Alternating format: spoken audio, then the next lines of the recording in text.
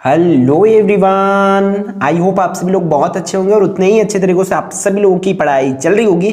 तो इस वीडियो में भाई हम देखने वाले क्या को हिंदी में आपको कैसे 75 मार्क्स में जो है 75 मार्क्स मिल जाए, मतलब आपको किस तरीके से प्रेजेंट करना है कि मार्क्स जो है आपको आपके मार्कशीट में देखने को मिल सके। ठीक है, तो उसके लिए क्या होती है, पूरी की चीजें आपको मेन चीज पर फोकस करना होता है, किस पर, राइटिंग पर, कि किस तरीके से आप लिख पाओ इसको कि आप बेटर वे पे मार्क्स जो है अचीव कर पाओ, क्योंकि आंसर्स तो सबको पता होता है ना, ये तो आप भी जानते हैं।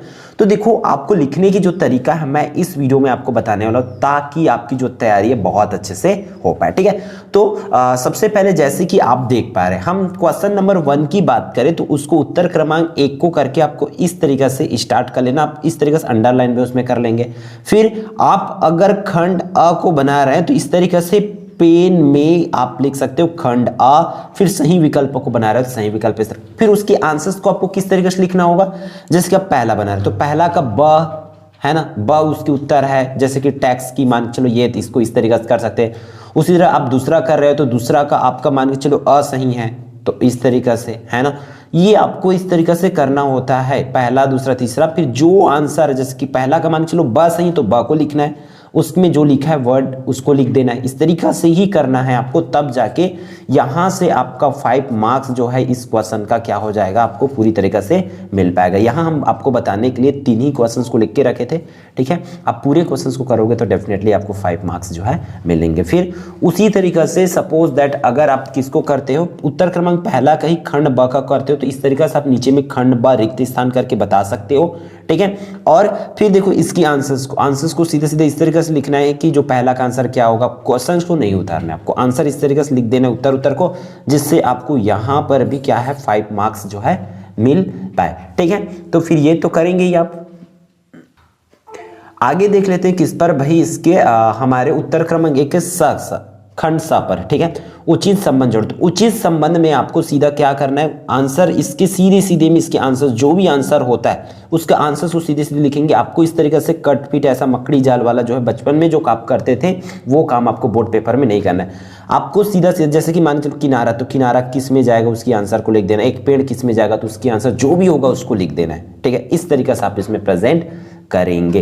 क्लियर है, तो प्रश्न पहला को आपको इस तरीके से डील करना है, अच्छे से कर ले ताकि यहां से भी आपको 5 मार्क्स मिल जाए, गलती से भी कोई सा भी आपका ना कटे। अब हम छोटे क्वेश्चंस को देख लेते हैं कि आपको उसको किस तरीके से जो है डील करना होता है। तो हम क्वेश्चन नंबर 1 की अगर बात करें, जैसे कि 2 की, क्वेश्चन नंबर 1 तो हो गया। अगर हम 2 की बात करें, आपकी स्क्रीन पर है, तो 2 को इस तरीके से उत्तर क्रमांक 2, अगर आप स्टार्टिंग में बीचों बीच लिख रहे हैं तो यहां पर भी आप बीचों बीच ही लिखेंगे। तो देखो, उत्तर जो भी पूछा जाएगा उसके हिसाब से आपको बताना है कि लेखक की मां को जेब कतरी ने पैसे इसलिए भेजे क्योंकि उसने वह खत पढ़ लिया था जिसमें लेखक ने नौकरी छूट जाने के कारण पैसे ना भेज पाने की बात लिखी थी करके। फिर नेक्स्ट उत्तर क्रमांक 3, इस तरीके से आपको शब्द सीमा को भी ध्यान रखना। देखो 2 मार्क्स वाला है तो 3 से 4 लाइन में लिखना, इतना ही लाइन में आपको खत्म करना है, जिससे इसके लिए भी आपको कंप्लीटली 2 मार्क्स जो है मिल जाए, और इसमें भी आपको इस तरीके से कंप्लीटली 2 मार्क्स मिल पाए। फिर हम क्वेश्चन नंबर 10 को लिख दिए, कुछ क्वेश्चंस को बताएं क्योंकि कंप्लीटली आपको इन चीजों को फॉलो करना है। देखो इसमें कैसे आप, मैं अक्सर बताते रहता हूं कि इस तरीके से आपको उसमें हर एक क्वेश्चन में डाल सकते हो। जैसे कि इसमें पाठ्य पुस्तक के चंद्रगहना से लौटती बेर नामक पाठ के अनुसार अलसी के मनोभावों का वर्णन करने वाला ये क्वेश्चन है, उसकी आंसर आपको इस तरीके से मेन इसको डाल दोगे, आप चेकर को बता दोगे कि चंद्रगहना से लौटती बेर वाले पाठ से है, तो कितनी उनको खुशी होगी कि हाँ बच्चे को पता है करके।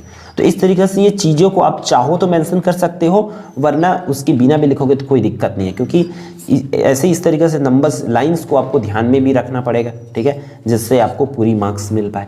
क्लियर है, तो इस तरीके से भी आप इसमें लिख सकते हैं। फिर हम आपको क्या बता देता हूं कि किसको, कि अगर आपके एग्जाम में क्या पूछा जाए, जैसे कि हमारे क्वेश्चन नंबर 13 पर 4 मार्क्स के लिए क्या पूछा गया है कि संदर्भ प्रसंग लिखना है। इसमें संदर्भ प्रसंग सिर्फ भावार्थ बस भी बोला जाता है, तो यहां पर आपको भावार्थ हेडिंग डाल करके पूरी चीजों को समझाना होता है। बट अगर क्वेश्चन में बोल दे कि संदर्भ प्रसंग सहित व्याख्या कीजिए, तो आपको इस तरीके से संदर्भ का हेडिंग डालना है।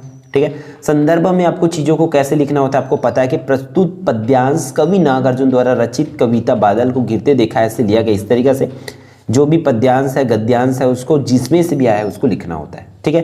फिर प्रसंग, इस पद में कवि ने बसंत ऋतु के सौंदर्य का वर्णन किया गया है, वो उसको लिखना है कि क्या का वर्णन किया गया है। फिर इसकी व्याख्या करना है, जो उसको पढ़ोगे उसके हिसाब से कंप्लीट इस तरीके से लिखना है। फिर उसकी विशेष कि इसमें एक्चुअल में हुआ क्या है, कौन सा अलंकार का प्रयोग हुआ है, इस तरीके से आप इसमें बता सकते हैं। तो आपके सब प्रसंग क्या वाला व्याख्या वाला को इस तरीके से लिखना है ताकि कंप्लीटली इसका जो 4 मार्क्स है वो आपको मिल पाए, ठीक है। तो इस तरीके से ये चीज़ों को जरूर फॉलो करेंगे आप लोग।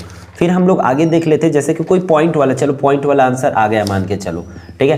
पॉइंट वाला आंसर आता है सपोज दैट यहाँ पर छायावाद की विशेषताएं लिखी करके, तो आपको इस तरीके से लिख लेना है कि छायावाद की विशेषताएं निम्नलिखित थी करके, पहला दूसरा करके इस तरीके से लाइन से डालेंगे।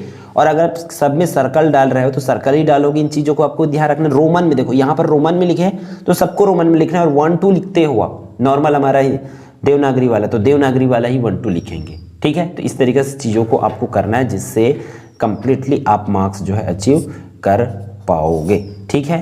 तो इन चीज़ों को बस फॉलो करते चलेंगे। अब आता है किसकी बारी की, हम जो क्या है, जैसे कि हमारा कोई भी आवेदन पत्र आता है, तो आवेदन पत्र को आपको इस तरीके से लिखना है। देखो, आप सेवा में प्राचार्य करके इस तरीके से भी लिख सकते हैं, या आप जैसे कि लिखते हो सेवा में यहाँ प्राचार्य को यहाँ से भी चालू कर सकते हैं। फिर उसके नीचे ऐसा जो आपको पैटर्न है वो उसको पूरे फॉलो करना पड़ेगा अच्छे से। इस तरीके से 2 तरीका होता है किसी भी ऐसे को लिखने के, या तो इस तरीके में जैसे है, या आप यहाँ से चालू कर सकते हो, फिर ऐसे करके विषय को लिख सकते हैं। बीचों बीच धन्यवाद लिखेंगे इसका, और यहाँ पर आज्ञाकारी इसी से लिखना जरूरी है। दिनांक को आप इस तरीके से लिखेंगे, इसमें लाइन नहीं बनाएंगे। और ये वाला जो काम करते हो ये तो बिल्कुल भी इसमें नहीं होना चाहिए, बता रहा हूँ ये वाला चीज़ें। और दिनांक को कई बच्चे कैसे करते हैं, ऐसे इस तरीके से तिरछा लिखते हैं, तो तिरछा नहीं लिखना, आपको इसमें सीधा सीधा ही लिखना है, जिससे आपको कंप्लीटली इसका मार्क्स जो है मिल पाए, ठीक है। फिर हम फाइनली क्या देख लेते हैं भाई, इसमें अगर आपको क्या पूछा जाए, आवेदन पत्र पूछा जाए, आवेदन पत्र पूछे ही जाएंगे, सीधी बात है। तो आप लोग उसका रूपरेखा इस तरीके से बना सकते हो, चाहो तो आप रूपरेखा बनाओ, हेडिंग डालो इस तरीके से। हेडिंग भी डालोगे तो इन चीज़ों को आपको समझना पड़ेगा कि हेडिंग वाला ही होना चाहिए, ठीक है। तो बस ये पैटर्न फॉलो करो, डेफिनेटली आपको अच्छे मार्क्स इसमें जरूर मिलेंगे, ठीक है। रूपरेखा, अब जैसे कि यहाँ रूपरेखा उपसंहार तक लिखें तो आपको डेफिनेटली उपसंहार तक आपको समझाना पड़ेगा, जो जो रूपरेखा में आप लिख दे। अब कई बच्चे रूपरेखा को कैसे करते हैं, उसको लाइन से एक एक ठो करके भी लिख सकते हो, तो आप उस टाइप का भी लिख सकते हो, ठीक है। आप ऐसा भी लिख सकते हो, और या 1 बाई 1 ऐसे करके नीचे याद करके आप दिखा सकते हो, फिर हर किसी को एक्सप्लेन करो। और बिना रूपरेखा के भी लिख सकते हो, जरूरी नहीं है कि आपको रूपरेखा वहाँ पर बताना हो, ठीक है। बस पैटर्न को फॉलो करते चलो। अपना मतलब अपना जो है वो पूरे एग्जाम में आपको देखना चाहिए, राइटिंग सेम होना चाहिए। पेन भी आपको वही पेन यूज करना है, एग्जाम में मैं बता देता हूँ जिस पेन को आप पहले से यूज करते थे, ठीक है। कौन सा पेन यूज करना है, जो आप पहले से यूज करते थे उसी को, कोई नया पेन आपको ट्राई नहीं करना। और नया पेन ट्राई करना भी है तो आप एग्जाम से 1-2 दिन पहले, अगर सपोज दैट एग्जाम होने होते, एग्जाम से 2 दिन 3 दिन पहले उस पेन से आपको क्या कर लेना है, प्रैक्टिस कर लेना है। और याद रखना, आप किसी एक पेन से पूरे पेपर को लिखोगे शुरू से लेकर लास्ट तक का, क्योंकि बीच में पेन चेंज करना ना पड़े। अगर लास्ट उसका रिफिल खत्म होने वाला है तो आप उस पेन से लिखो ही मत, है ना। आपको अगर आपको पता है कि ये पेन तो नहीं होने वाला पूरे एग्जाम तक, तो आप उस पेन से लिखो ही मत। हमेशा एक ही सिंगल पेन से लिखो, तब जाके राइटिंग थोड़ा एक तरीके से बनती है। अगर पेन चेंज होती है, जाहिर सी बात है हमारे थोड़े बहुत आंसर्स में चेंजेस होता है, ठीक है। तो इन चीज़ों को आपको फॉलो करना है। तो डेफिनेटली अगर आप इन चीज़ों को फॉलो करते हो तो आपको भी आपके मार्कशीट में ये जो 75 मार्क्स है वो देखने को मिलेगा, ठीक है। और भी बाकी कौन सी विषय को किस प्रकार से लिखना है, जैसे इंग्लिश का हो गया, मैथ्स का हो गया, अगर उसकी वीडियो चाहिए तो कमेंट करके जरूर बता देना, हम उसकी भी वीडियो जरूर ले आएंगे, ताकि आपकी तैयारी जो है बेहतर तरीके से हो और आप उसको प्रेजेंट भी एक बेहतर तरीके से कर पाओ, ठीक है। तो इस वीडियो में बस इतना ही, फिर हम मिलते हैं आने वाले इंपॉर्टेंट वीडियो में। जय जोहार, जय Chhattisgarh and all the best for your exam.